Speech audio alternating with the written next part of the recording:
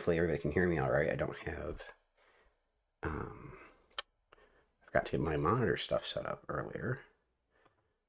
And now I'm not sure if you can, well, I'm assuming you can hear me. If you can't hear me, please let me know in the messages. If you can't hear me, I don't know if you'd know how to let me know that you can't hear me in the messages. But at any rate, I am sure that I will hear about it sooner or later if I can. I could check where it's going right now. Dun, dun, dun, dun, dun, dun, dun. All right, so audio's going out to... Nope. Anyway, I can't see anything on here. Oh, that's why I'm looking at the wrong thing. Okay. All right. I don't know. All right, well, anyway, enough of that. Yeah, so please let me know if the audio isn't coming through okay on whatever. It should be. I think it is, but we shall see. What's it going to right now? It's going out there. Huh. Yeah. All right. Okay.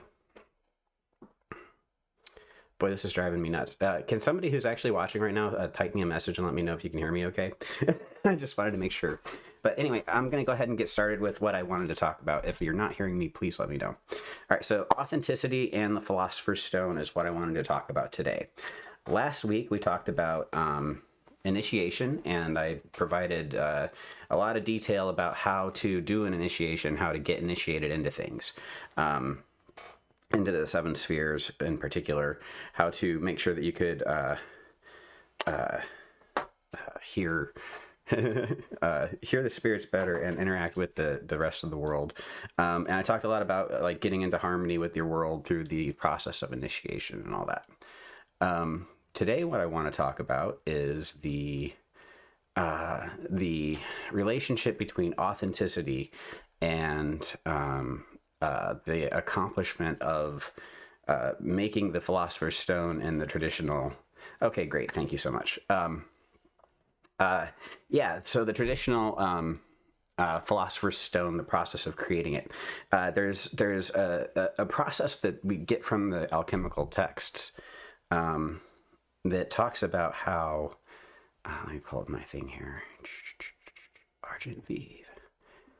Can't see it because I've got it closed. There we go. Okay. So the process of harmonizing yourself with the seven spheres, right? The whole, where was it? The video I had last week was this. Whoops. Oh, wait. Okay. So this thing, right? So the process of getting in harmony with the seven spheres is, it's basically to attune yourself with the chain of manifestation, the process by which ideas come into being through rays of thought that come from the mind of whatever, the noetic mind in Neoplatonism. But before that, it was Zeus the head, which is the fire that thinks, is how it's described in the Derveni manuscript, a very ancient Orphic text that describes a commentary on the initiation process. But basically, ideas form in the essence and the essential, you can call it the demiurgic entity that runs the universe. And then to manifest these ideas so that they can be experienced, it goes through a process of acquiring the principles and qualities of each of the seven spheres on its way down from the noetic realm into the material realm. And that's basically the process of manifestation according to Hermetics. The great work is supposed to attune the magician to this process, because as these rays of thought are coming down into being where they can be experienced, there's like a harmony to it. It's just like taking a song and making it into something that can be heard, and the magician becomes the maestro who is conducting the orchestra, and the seven spheres are the qualities of an experience that get turned into our material manifestation. So the great work is a process of harmonizing yourself with the rest of the universe, and this is all based on Pythagorean stuff. This isn't like modern day whatever. It's not based on the Kybalion. The Kybalion tries to distill it down to a point of meaninglessness, in my opinion. I saw some memes going around about how he can ruin any conversation by bringing up the Kabbalion. I understand that. Sorry. But anyway, the thing is that vibrations really do result in materializing things, and that's a very ancient thing that goes back to Pythagoras and not to the 20th century. It goes much back much further. But Hermetics teaches us how to attune ourselves with each of the spheres and accumulate a resonance with those planetary energies that we use to materialize things. So we begin to be able to conduct it better, direct it better, and express it better into the universe around us to where we can see it and appreciate it. Now, all this stuff I'm talking about is like the ideal state, of course. It takes a while to integrate these forces. I'm working on it myself. It's a process. I have made some progress in ways that I think are I've proven it enough to myself that I'm confident telling other people about it, and not just because it works for me, but because I've seen it work in the lives of other people. I've been doing, I'm not doing it right now. I need to actually pull that off my website. But I was doing a Conjuring a Prosperous Life series of classes, and I was doing it every month with people, and it's worked so well for me that I just don't have time to keep doing it anymore. I'm trying to come up with another way to offer that as a thing, but I haven't gotten that far yet, and I just haven't had the time to do it. My life is going great. I don't have any complaints. My processes of manifestation are very well established now and very effective. I don't need to worry so much about things the way I used to. I still do anyway. I'm not perfect, but I'm getting more confident with every passing day, right? The metis thing, the quality of metis that I talked about before, about how it's a Greek word that also means confidence and self-confidence to the point of being able to influence others. Charismatic confidence, right? That's one of the definitions of metis. And that, in my opinion, that comes from as a magician, you get that feeling when you've seen your magic work, not just for yourself but others. So I've seen enough people go through the 7 spheres initiations and have it result in results that are at least similar enough to my own to be confident telling you that it's more than likely going to help you as well. So it was as I started seeing that effect in other people's lives, I've been able to feel the confidence that I have to express it to everybody else without fear of ridicule or consequence. I'm not worried about the consequences, because the consequences I know are going to be positive and effective. And I'm not charging for it. I get paid from the advertising if you watch the videos, but I'm not making any, I'm not charging for these courses anymore. This is something that I'm offering because honestly, I think it changes lives. I think it helps you be a better magician. And I think that right now, I talk about this later in this conversation, it's important that we, attune ourselves appropriately to the rest of the universe to get things in harmony, because it's a troubling time, and when there's times of trouble, those who are in a position of harmony with the events as they unfold are going to be able to react to it, respond to it, and redirect it as necessary, right? I feel like there's a lot of things that are out of our control right now, but we have control over our response to it, right? And the 7 spheres give us the power to manipulate forces and influence things in ways that normal uninitiated people do not have. And understanding some of the things I want to talk about today change the focus of our approach to this stuff, which takes away a lot of the fuel that the system needs to keep running itself in your life. You can take that away through these initiations that we go through, because it returns you to yourself. Anyway, I want to talk a little bit about why I offer it for free. It's because it is a service, right? It's a service I'm providing to other people like me who resonate with my kind of thing. It's not for everybody. There's a lot of people that don't like it. There's a lot of people that don't like me personally. I can't imagine why. But I didn't always used to be as kind-hearted and benevolent about things. and I was uncharitable in my expression of my opinions towards others. I think is a polite way to put what I used to do to people. But I'm not like that anymore, so I don't know why anybody would still continue to have problems with me. If I ever hurt you, I'm very sorry, but at the time I thought it was for your own good. It doesn't make it right, but I was an undiagnosed narcissist, an unrepentant undiagnosed narcissist even. I don't think anyway. Point is, I think I'm really good, and I think that it's a very effective way to make people better than they used to be. I transformed quite a bit. I think that it's very useful for people who are dealing with the symptoms of mental illness that I have to deal with. It gives you a framework to address sort of some of the impulses that, when they are out of control in a person who's mentally unstable like myself, it can cause a lot of damage in your life for you and others. And being able to control or to integrate yourself with your own impulses is something that gives you not necessarily control over everything. I'm not saying it cures mental illness or anything like that, but it gives you another set of tools to control your awareness and your interaction with your experiences. All right. So it's very valuable in that regard for me. Yeah. So anyway, yeah. So the alchemical process, the goal of the wise, the pursuit of the Philosopher's Stone. This was the great work. This was sort of what I consider my religion, right? It's what I believe we're here to be doing, right? Not just for ourselves, but for the universe at large, right? And I don't feel like that's an obligation that comes from everybody else. I feel like it's a necessary initiation to a new life that we should have been born to.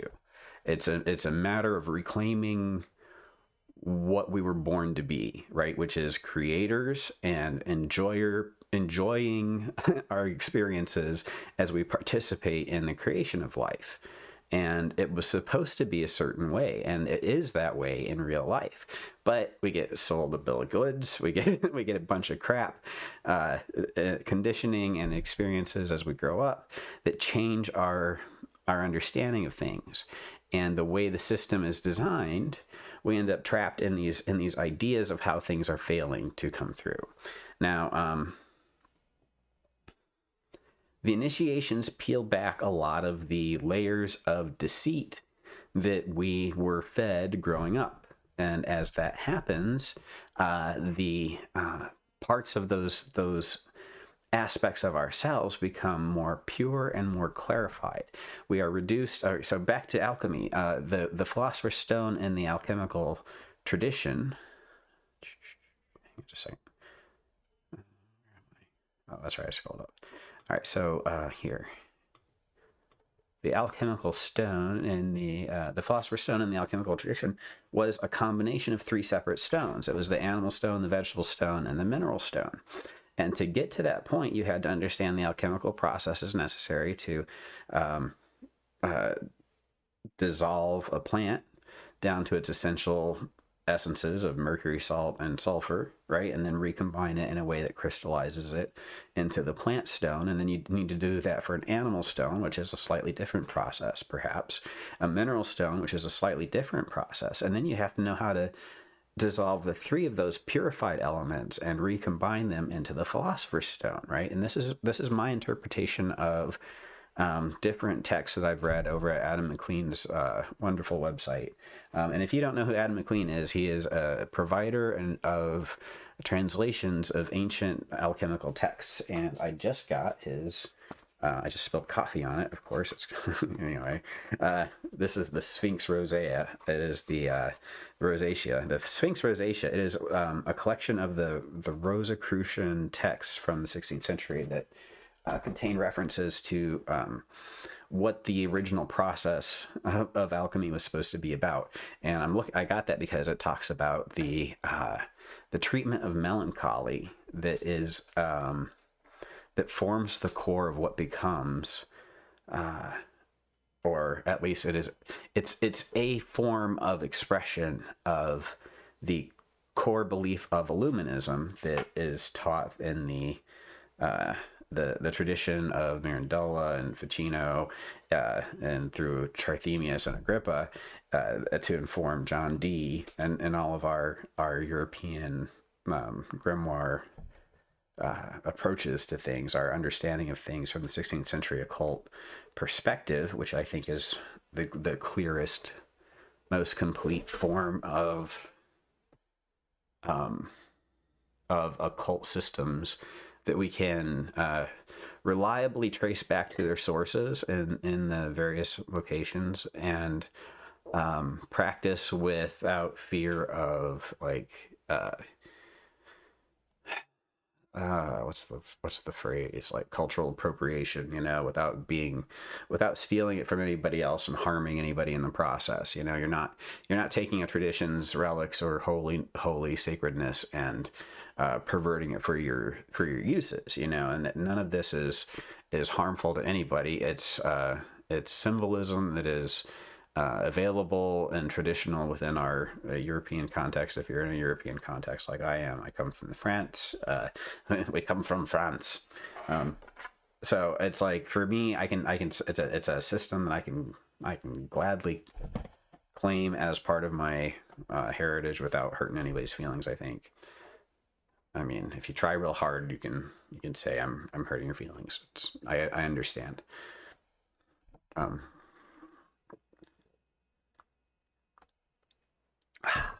Sorry. So anyway, yeah. The system is talking about the purification of the sources of what ails people, right? And the reason I got the book on Rosicrucianism is because back in the day when we were talking about this stuff as magicians, one to another, in pamphlets and trying to get our word out as Illuminists, we spoke to one another in the phrases that conveyed alchemical meaning, right? And the alchemical intent was sort of a code, and we talked about in our Rosicrucian texts the things that it was designed to cure, right? Now, when here in modern day, when I'm looking at the great work and trying to understand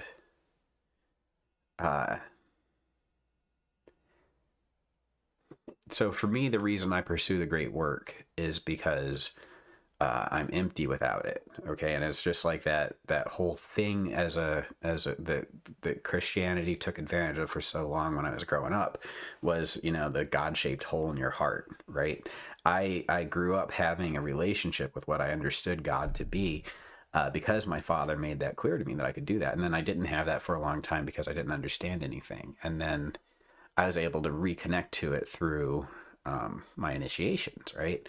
And my understanding of things through a Holy Spirit interaction that brought about a whole different understanding of everything.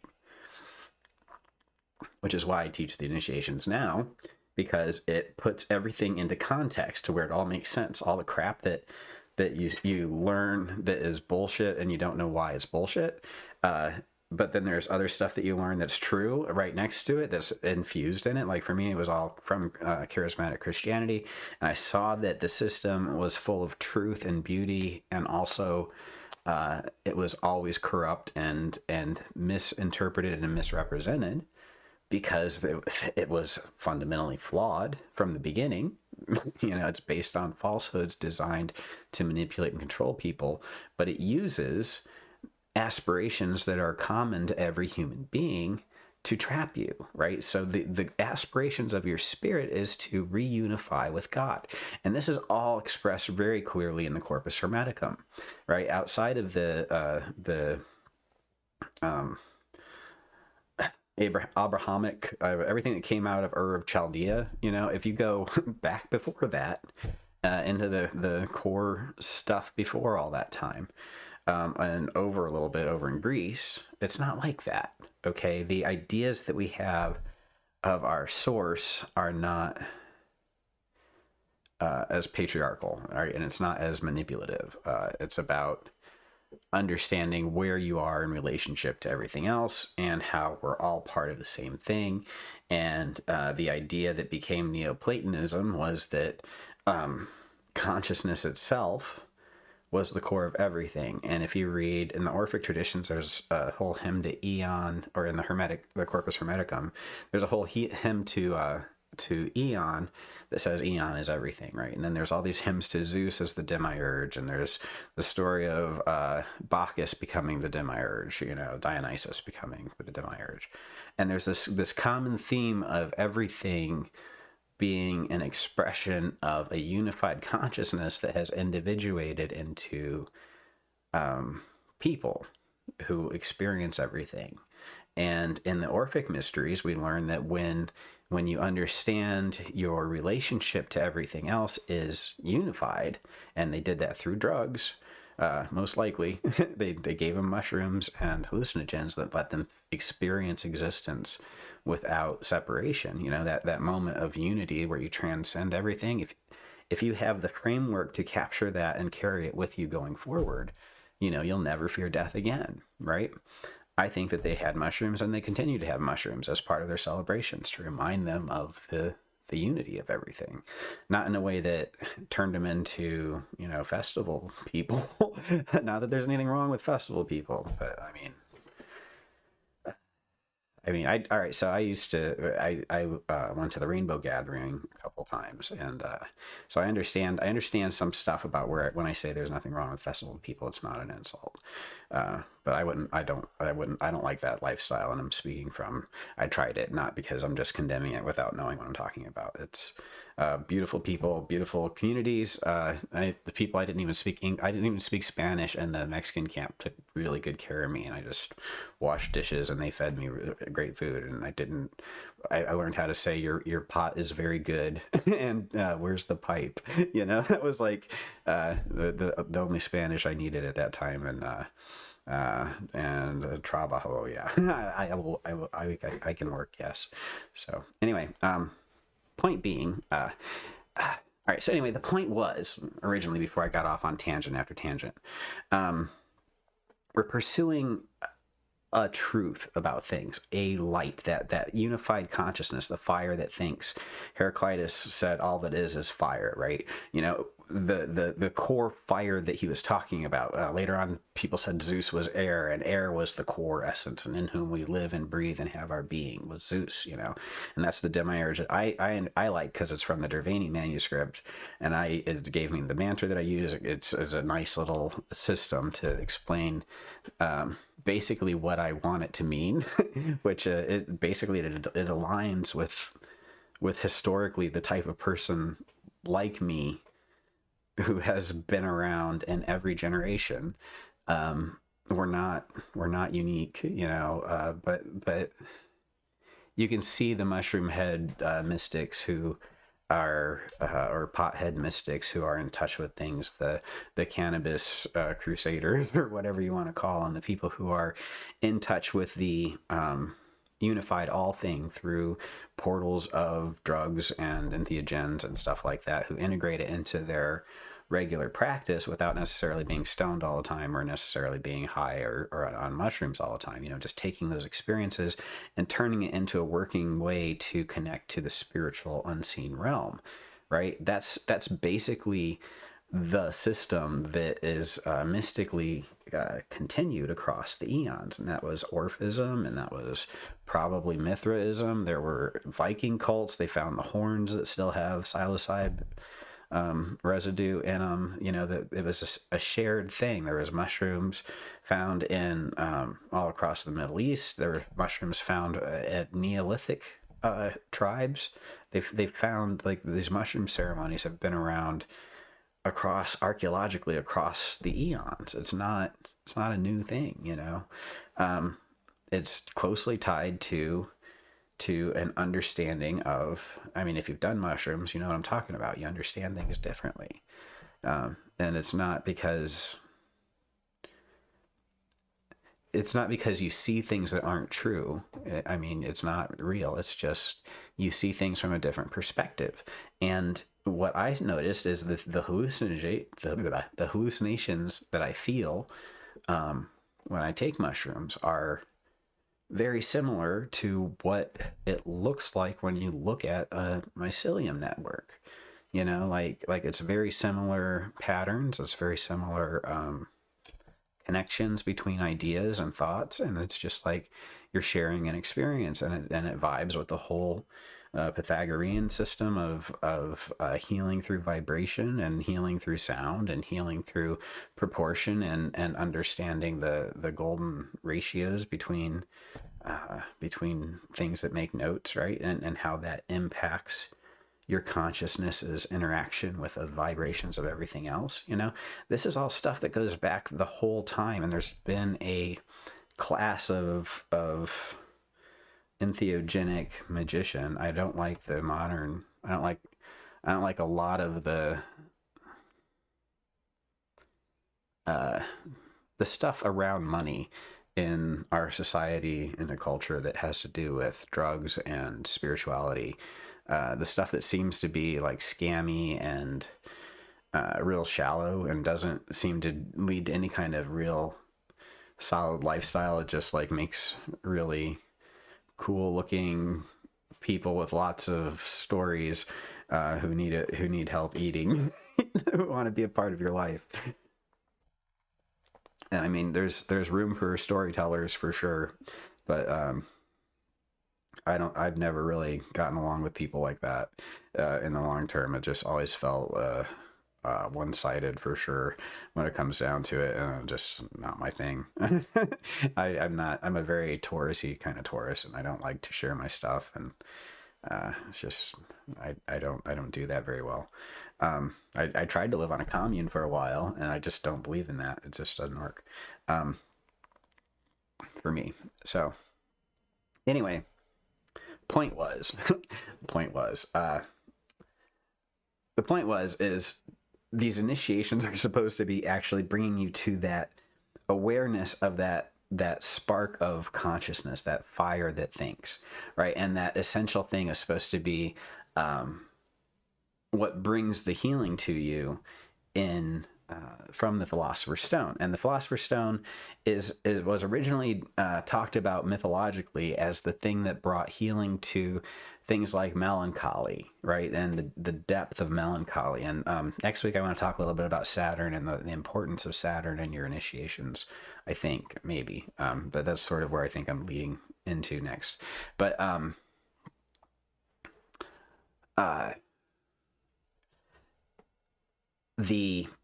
the stone itself created, it was a panacea. It healed every illness, and specifically the depressions and mania and the things that we treat as mental illness today. They aren't new symptoms. They were described differently in the old scripts, and a lot of the things that drove people to alchemical things, primarily it was for money. It was primarily to make money. And if you look at occultism today, primarily it's money. The people that are drawn to it, or who are trying to, it just seems like a lot of it is money driven, and not like there's new ways. Like there's more of an emphasis on making new ways to do things for money than there is on achieving anything with it. You know what I mean? Like everybody has a new system or a new way to do some old stuff, you know, that doesn't lead to any kind of, like, it's always going to be the same thing. And I get it. Like my system isn't that much different, honestly, with the seven sphere stuff, because you're always going to be creating things with your seven sphere stuff. But there's not a lot of talk publicly, at least that I'm aware of, about, and you know, it's nobody else has to talk about this stuff. It's none of their business to tell anybody what to do with their life spiritually. But I just feel like there's not a lot of talk about doing the great work, you know, the transformation and the improvement of your life and your livelihood in a practical way that isn't just like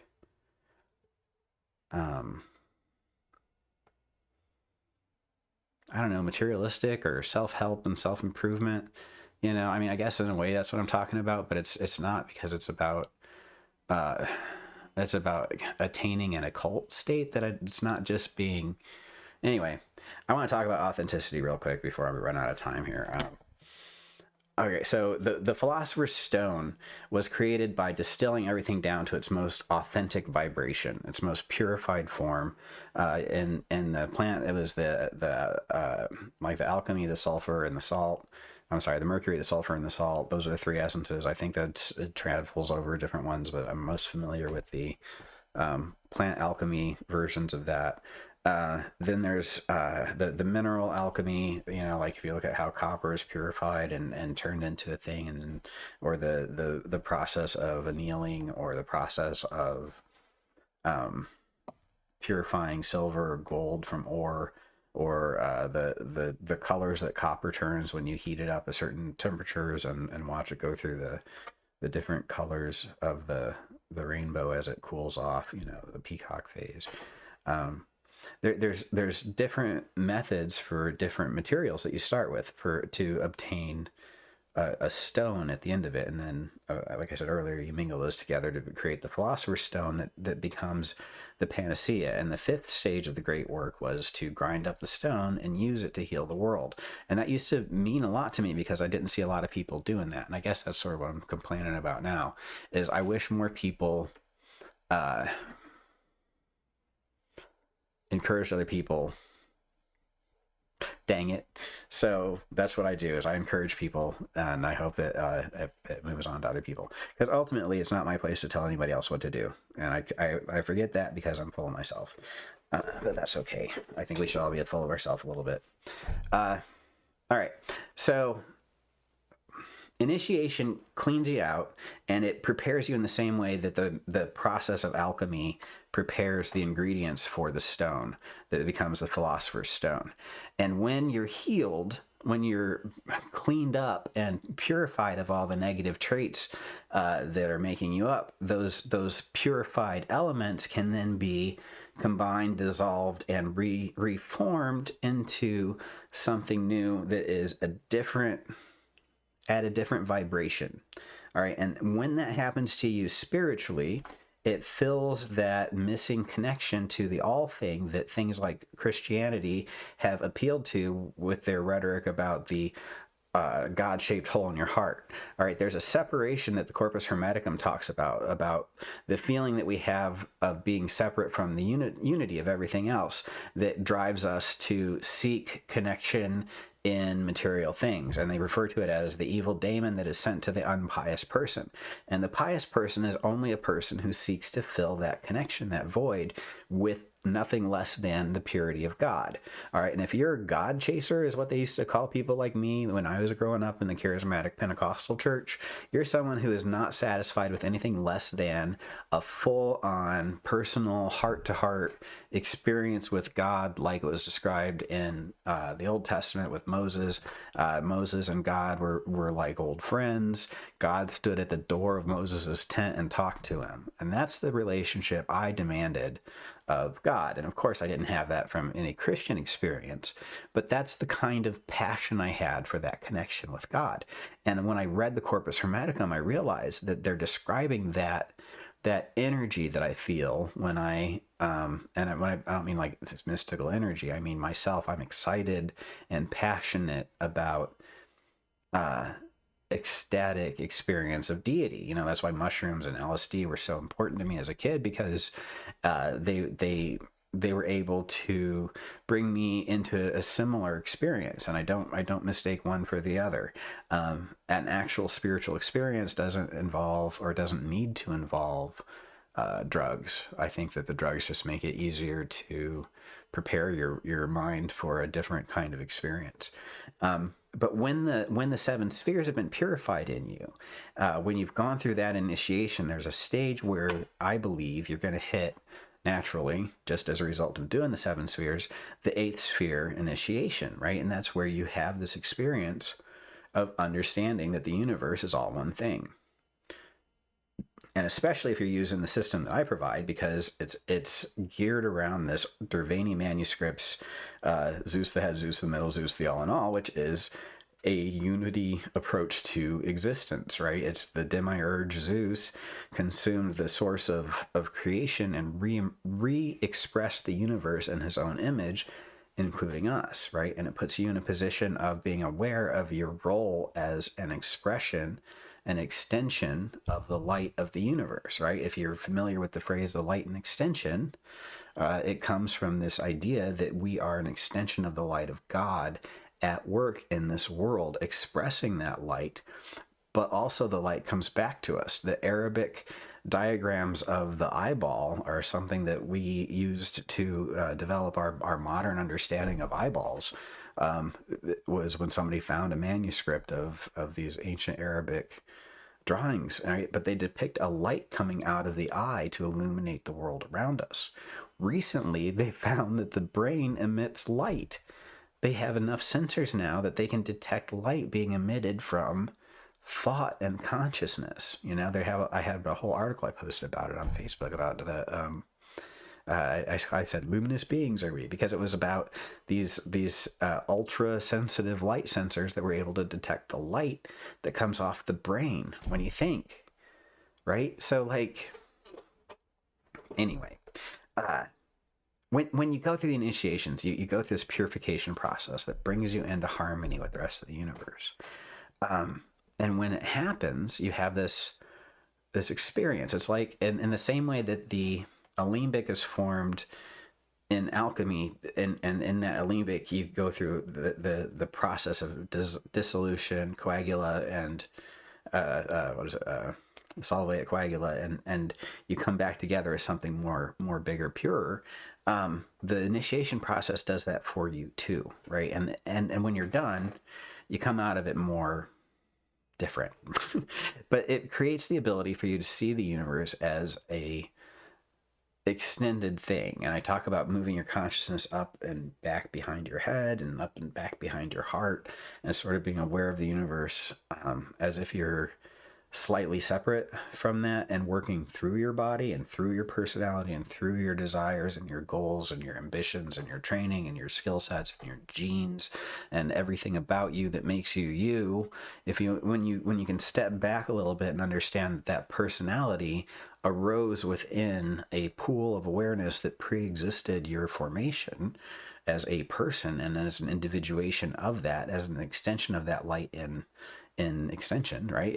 When you become aware of yourself as both, and not just both, but part of that which is being expressed through the eyeball, as depicted as that light in those Arabic drawings, you're also the light that comes out. You're also that which is reflecting the light back into the eye, and the eye that experiences it, right? So ultimately you are the whole thing. And the will of God is not about bowing down to anything greater than yourself. It's about understanding that you're part of everything, and understanding that the you that you think of as so important is an extension of something that it really is fulfilling in a way that doesn't make any sense when you're still worried about paying for your rent. Okay, and that's what the key benefit of the great work and the accomplishment of attaining the Philosopher's Stone is understanding that you're free from the constraints of society. All right, because society says you're going to have to work for a billionaire until you die, and if you're lucky, you'll get some for yourself. What magic teaches you is that the system works for the people who have the talismans, who recognize how the universe works and can materialize what they want according to their understanding of the unique synergies that come together to form experiences through the combination of the 7 planetary powers, right? You're not working anymore in the same level as everything else. I'm not saying you just manifest piles of gold, but you understand how the systems work to manifest piles of gold. And you're able to use your experience and your skills and your connections and your ability to make skills, connections, and people work with you to create an experience that results in piles of gold, if that's what you're looking for. All right, but you also realize that you don't need piles of gold to get what you want. You need to get what you want to get what you want, right? And you do your magic to get what you want, and then you get what you want. And it's an extension of this experience-driven intelligent awareness of everything that you are a manifestation of, that emerged within a pool of something much bigger that still is you, that's still part of you and is still pushing through you to materialize everything around you, right? And when you start operating from that level, and I'm not saying I'm there all the time by all means, but when you start understanding what's going on with everything, you're not stuck in the cycle of reaction and response. You're not going to respond in the same way as everybody else to everything else. I was watching somebody who has a big platform. She's a good witch, and she says that she doesn't express her political opinion because she focuses her spiritual attacks on a spiritual place, or spiritual transformations on spiritual places, and she's not trying to take sides in political wars because she's not here to participate in that. And oh my God, the occult community was all mad at her for being for not taking a side, you know? And it's like, if you don't, and they called it something like avoidance or something like, because they said if you have a platform, you have to use it for blah, blah, blah. Now, I hate when people tell me how to use my platform. I would rather lose audience than kowtow to anybody. And the best way to get me to tell you no is to tell me to do something, and to try to make me feel bad until I do it. Okay, I will always say fuck you, because fuck you. This is my life, and no goddamn occultist is going to tell me what to do. You know, I mean, come on, we all read the same books. You know, nothing special about any of us. Everybody can do this stuff. You know, it's not that hard. So no, I'm not going to let any magician manipulate me into doing jack shit.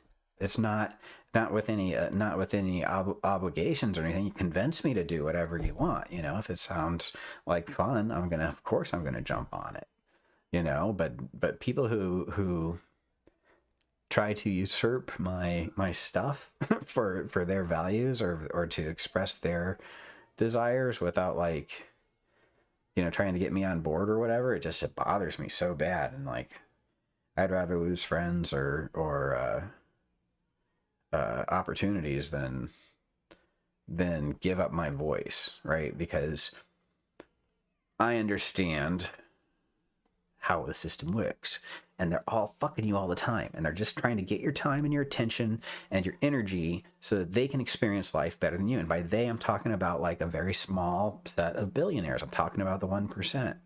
All right, and I figured out how to use magic to get my own piece of the materialization pie, so that I am living a pretty comfortable life, and it's going all right, but it's not fun. You know, it's not as much fun as if I was just like super wealthy all the time. But it requires attention and creation and ongoing maintenance, and I have to keep building, otherwise it's all going to fall apart. It's just how it seems like life always is, right? But I've got the power to do that. I've got the influence and the resources through the 7 spheres to create the opportunities that I need to take the next step as I move along, right? And it's incredible how much I've been able to accomplish over the last 6 months. And I understand that a lot of it has to do with basically when I started doing the Conjuring a Prosperous Life stuff. It was just going through these 14-day release rites of every other day, letting go of the things of each sphere that hold me back. And when I did that, all of a sudden I started having everything go my way, you know? And honestly, I was doing it for everybody else because I thought everybody else needed it. Little did I realize I needed it myself more than everybody else, right? And the things I've come to experience as a result of that are just really great.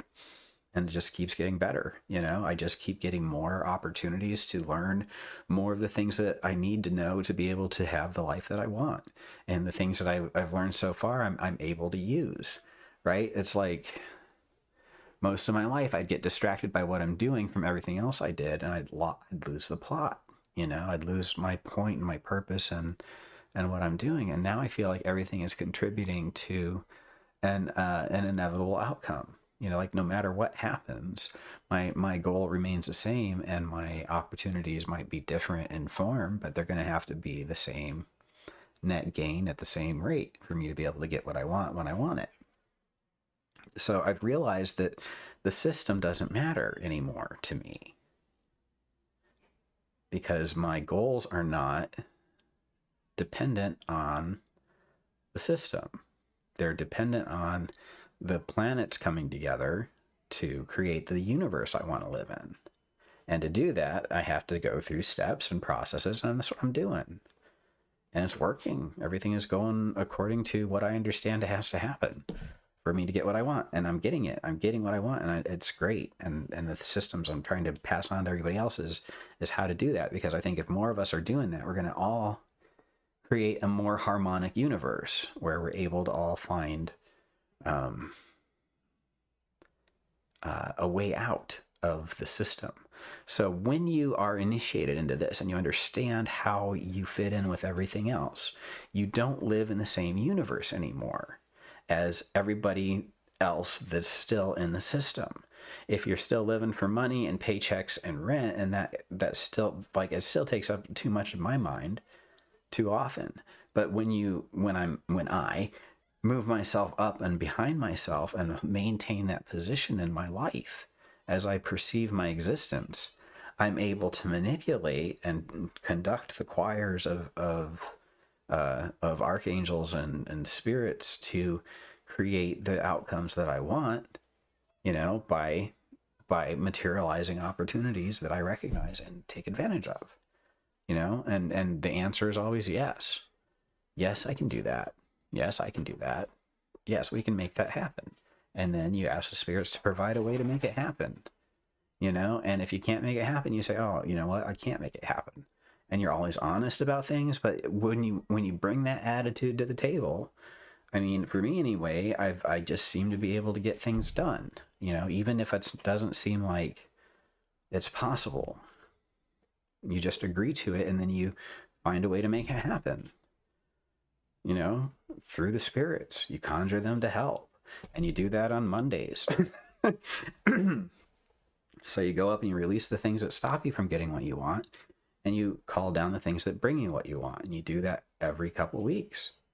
And it just creates a resonance of Jacob's ladder, that which ascends and that which descends. And you're harmonizing with the universe, and the universe is harmonizing with you.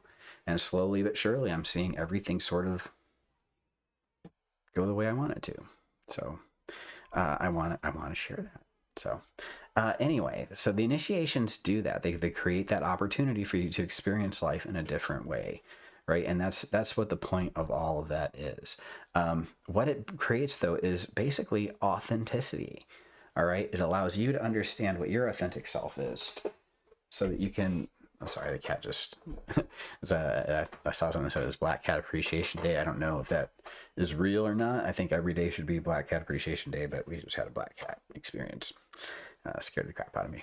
All right, so yeah, so the point of the great work is to remind you of who you are, to fulfill that need in you that is only going to be fulfilled by a return to awareness of your awareness of your connection to your awareness. And the great work provides a method of doing that through these initiations, right? And all this stuff, by the way, is free on my site. If you go to my website, it's currently set up to where you have to be a member to get to the lessons, but I'm going to be trying to change that around so that we can just do it all through YouTube. Here we go. All right, so if you go to my website, if you go to browse available courses and the basic curriculum, no fee, this overview page is all you need to take a look at. The conjuration class prepares you for how to conjure spirits. The tutelary spirits helps get you an assistant who makes everything so much easier. The principles of planetary magic gets you full of the lore that you need to do these initiations more effectively. After you've gone through that, if you do the 7 sphere initiations, I provided the initiation text in the link in my comments. That'll cleanse you out and get you to the point where you become the Philosopher's Stone. All right, and you become the Rose Cross that is the light of the world, right? Because you are the light of the world, and we all already are, right? But we're just, right now, most of us are shining for other people. Okay, but what this does is it wakes you up to the fact that we're not slaves. We were born on a rock spinning on the earth, and they want us to pay for water. All right, you got to think about that and how stupid that is. What the fuck? Why would we have to pay for the water that falls for free from the sky? They would probably charge us for the air that we breathe. They're already charging us to cure us from the diseases that are pumped into the air, from the pollution and the microplastics, right? I mean, we have to pay for our health care here in America, and everything is so capitalism based. Everybody has to pay for this stuff. Meanwhile, there's more money than anybody can spend in these billionaires' control. For what? So they can play these stupid games. Stupid games. Fake lack. So few people control the resources that it creates a lack for the people who need it. So it creates a false constraint, right? So that they can make money and get slaves. And that's all they want is slaves. They just want more slaves to serve them so that they have all the experience points. It's so dumb. And they don't have any more satisfaction than anybody who isn't doing that. You know what I'm saying? They don't have anything to show for it. They don't win. You look at Musk and you look at Zuckerberg and Trump, and they're all fools, buffoons. You know what I mean? They're not happy. None of them are happy with anything. I don't want any of their lives. I think Xi is probably my current favorite strongman. As far as pieces of shit go, he floats to the top. But yeah. Anyway, the thing about when you're authentic, and this is something I'm finding more and more, is you don't have to worry about anything being misunderstood or coming across the wrong way. Sometimes people will misunderstand you and you will come across the wrong way, but you don't have to worry about it. Because when you're being authentic, all you have to do is explain, right? And when you're being authentic, and that's your priority, when you've prioritized being true to yourself, being clear in your pursuit of your desires, as you understand them, as you go through this process of initiation, you're going to see what you really want in life. You're going to take a look at your natal chart at some point and be like, oh, that makes sense, and be able to address things. You'll have your supernatural assistant to harmonize forces that have been in conflict through your whole life. All right. So the thing about initiations is initiations give you powers to create experiences, right? Now, you've already been through initiations. You were initiated through your growing up with your family, through your trauma, right? Through your programming from what media is pumping in front of you in social media. You're already being initiated. Your energies are being focused and directed to manifest certain things, right? And if it's not coming from you, if it's coming from somebody telling you what you need to think about things, it's not authentic, all right? If it's because you understand things a certain way and you're gonna go after that, that's authentic. When you're doing what you want because you're interested in it, nothing can stop you. Nothing will stop you from doing what you want to do. This is one of the things that used to drive my parents crazy when I was a kid, was because when I was interested in something, I would do nothing else for hours at a time, because I was interested in it. But if I wasn't interested in doing something, I wouldn't do it. And I still am that way to this very day. If it's interesting, yeah, I'll do it. But if it's just like laundry, I do it because I'm interested in not having mildewed clothes. That's my interest level, but it's not because I love the process. But like wood turning, I'll spend hours researching new ways to do that because it's interesting. It's fascinating. The way things grow and manifest and materialize is beautiful. And you see that in the grain of wood and these aesthetic interactions of all the different forces and elements and soil compositions and weather, and all the different things that go together to make the grain of the wood over many years, and then you end up creating something out of it that, anyway, it's just fascinating to me, and I'll get lost in it, but I'm not interested in a lot of other things that way, you know. But the spirits empower the parts of you that need to be empowered and balance those things out so you're not one-sided and you have full access to the whole range of things that you need to be able to accomplish things, right? So if you look at your natal chart, you're going to have things that are in conflict. You might have your sun sign in something horrible, that turns you into a complete dork out of the gate, and you have to overcome all the worst parts of the zodiac, and who you are, but the great work can help you immediately address that kind of thing and bring you into balance and a good perspective, so you're not a total dickwad about everything the whole time. For some people need it more than others, not me, of course. But anyway, the thing about it is that it creates a method for you to escape the games, and it's still like, if you look at my finances and everything, I'm still supporting billionaires, and of course I am, but I'm taking home a much bigger chunk of my time than I used to, and it's because I've found a way to do that. And I'm gonna keep, it's a step in a process, and it's working out according to plan. um, and everybody can do this, and it's just a simple, I mean, it's not simple or easy, it's dangerous, it's, you lose parts of your life. I was talking to a friend of mine last night about how we both kind of hit this point of illumination in terms of clarity of our sources of inspiration in life and our desires of outcomes at about the same age and stuff, and how it's so much easier now than it was when we were younger, when we had no idea what was going on, and how much greater it would have been if we could have figured it out sooner.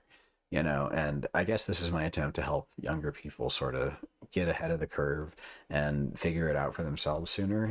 Like, all my methods and stuff are not for you to emulate and do forever on your own. It's shortcuts to an experience of truth that has changed my life, right? And brought me out of a world of slavery and into a world of liberty and hope, in spite of darkness and corruption everywhere I turn. All right, I gotta go. My dog needs to go outside. Let me check the messages really quick. So I have to catch this. Agatha, hey, I made it. Whoa, empty without it, profound. Yes. Critical Spanish for the elevated speaker. Yes, exactly. An initiation, a part of a in an initiated party must die, correct. How do you overcome this fear of death? So fear of death is the idea that some part of you ever dies. For me, lately, it's been the passing of my father. I was able to experience him after he died in ways that are... I made a whole video about it, and I found out later that people made fun of me for it. That was kind of sad. But I don't care, whatever. I have learned to experience people who are dead as if they were purified and cleaner than they were when they were alive. It might all be delusional, whatever. I don't really care. I have an experience of life after death that has been very personal and profound for me, that changed my way of seeing it and understanding it, and it's not something I can explain to anybody else. And beyond what I've tried to explain, it's just, I feel my father's presence, and I feel like I hear how he would say things to me. I feel his presence that is just like when I was a kid, when he was at his best, and it's like, it came to me when I was doing work that I identified with him with, and we resonated, and I feel like there's no such thing as death now. I experienced life beyond that. My wife and I were talking about how when she and I first met, like a decade ago, before we even thought about getting together, she had a dream, and she wrote about it in her notebook about walking down a river picking up stones. right? And it was actually, we picked up the stones, and it was almost as if she had a vision of what was to come, as if there was no such thing as time, and part of her were experiencing the future in the past. And if you think about it, you probably can remember times in your youth where you thought ahead to how things might be, and you experienced it because part of you is aware of all that stuff, right? So this idea that we are temporary and temporal, it's fiction. It's not real, okay? And I can tell you that from my experiences of it. And as you go through the seven spheres, you'll go through the things that initiate you into that experience, and it strips away that illusion. And especially when you get to Saturn, the thing that you release is the greatest illusion of all, which is that of time and death. And you overcome that as part of this process. And the reason you don't fear it anymore is because you know experientially, gnostically, if you will, that you are a part of everything, and everything's a part of you, and always has been and always will be, and you can never die. You know, you're going to live forever, and you're never going to die. You'll change shape, you'll change form, and you, the part of you that experiences and appreciates your life, the value of your life, is not based on anything other than that spark of you within you. You know, you're not reliant on anybody else's opinion of you. You're not reliant on all these other things that you feel sad about in life to really have value. Your value is determined by the you that expressed itself as you. The light that you're an extension of did that on purpose because it wanted to be you. You know, that's not saying that like bad things don't happen or that it happens all for a reason or whatever. I'm not saying that everything has. Never accept evil. Never accept evil. Evil is always there to be overcome. You know, but the ability to overcome it, you know, one way or another, I think we all have that, or the potential for it, or at least the hope for it, you know, and that's important. That's important. That's an important part of understanding how the whole process works. You have to envision something being able to be improved and understand that there's always hope and that there's always change for you to understand how sort of why it's all good, or not good, but why it's all uh, okay, at least. I don't know how to put it. Um, yeah. So the point is when you're being anyway, I'm sorry, what was the question? But how do you overcome death? The fear of death. You just go through these initiations, and it peels it away from you. The fear of loss, you never lose anything that was of any value to you. Some of this is hard to face. Like if like you're, so say you're in a bad relationship and you think it's great and you think everything's wonderful, but in real life it's not really healthy for you because it's recreating pain from whatever you've been through in your past, and you don't even realize it. But you go through these initiations, and you get to the Venus one, and you have a deep initiation with Aphrodite, and she's like, all right, you want me to take away all the pain of love? I'll do that for you. And she resonates with you with pure love, and that pure love that you're resonating with reveals to you that you've been in a deceitful relationship, and you find out maybe your partner cheated on you, for example.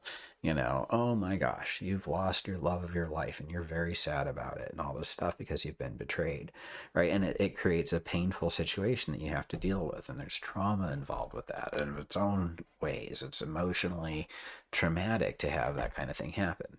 So that's an example of what you might go through as an initiation. But what you don't understand is that if you keep going with it, is that it transforms it into a pure vibration that lets you then resonate with somebody who's pure like you, that's worthy of your love, right? And it draws that into your life instead. And it doesn't make sense to people who haven't been through it. But I know a guy who I'm really good friends with now, who we started talking about materialization and stuff. And he came, we started talking about money and wealth, and he went through the conjuring of a prosperous life, right? And he ended up with in a relationship out of it, you know. And it was not because, you know, it turned out that what he needed was different than what he thought, you know, and in a good way. And what he released were the things that were keeping him from being able to materialize what he really needed. And when we got that, everything else fell into place in his life, or it's in the process of doing that from last time I talked to him. Anyway, it's that kind of thing that encourages me to talk about this kind of thing, and it's not something you need to be afraid of. So, let's see. Part 2, I'm referring to the ego. Yeah, well, okay, so the ego doesn't have to die. I think you just understand what it's there for. Like, I love my ego. I think it's great. I think it's turned out really good now that I've quit drinking and got my bipolar under control. I have a very positive outlook on life, and my intent is to create joy for myself and others. I don't think that there's any better way to live than that. I'm pretty proud of that. I think that being able to get to a point where I just have that basic appreciation of life and liberty and joy is enough. It's like I feel successful from that. And so now I'm proud of who I've become.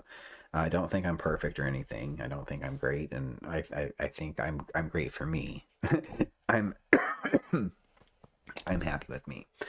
But I don't think I need to die. I don't think my sense of self needs to die, or my connections to the things that I enjoy in my life. Like, I'm not worried about like losing anybody, because I understand we don't really lose anybody. I would hate to lose anybody. Like, if anybody in my close relationships passed, I would miss them. I would be very sad. I wouldn't want to experience that. So I do rituals to make sure that doesn't happen. I take care of my people, and but it's not scary to me. It's just what happens. Sometimes bad things happen. And the point of going through them is to get through them, and then you don't go through them anymore, and you heal from that as best you can. And sometimes you don't. Sometimes you limp along through the rest of your experience of life. But does that ego need to die for that? What did it ever do to you? Your ego shaped in your pool of awareness, and it's just, poor thing. It got shit on its whole life. No, I don't think your ego needs to die. I think it needs to be healed and transformed. And I think that's what the seven spheres can do, is create an alembic that purifies and restores your ego to its true purpose, which is to express that awareness of you, resonant with the rest of the harmonies of the universe, in a way that's pleasurable for yourself and others. And I think that's the goal of the whole thing. And I'm not into ego death myself. Can you conjure spirits to troll them and teach a lesson? I mean, you can do whatever you want. I think you'd just be projecting onto the spirits what you want to entertain yourself with. I don't think that they're into that kind of thing. You're welcome. What time do you come on? 4 o'clock? 4 o'clock on Pacific time. That's when I start. I'd love to. I like responding to people. Master Suspiria, I'm glad that you're inspired by what I do. I hope that it works out for you as good as it did for me. I'm sure it will, especially with the talismans and stuff.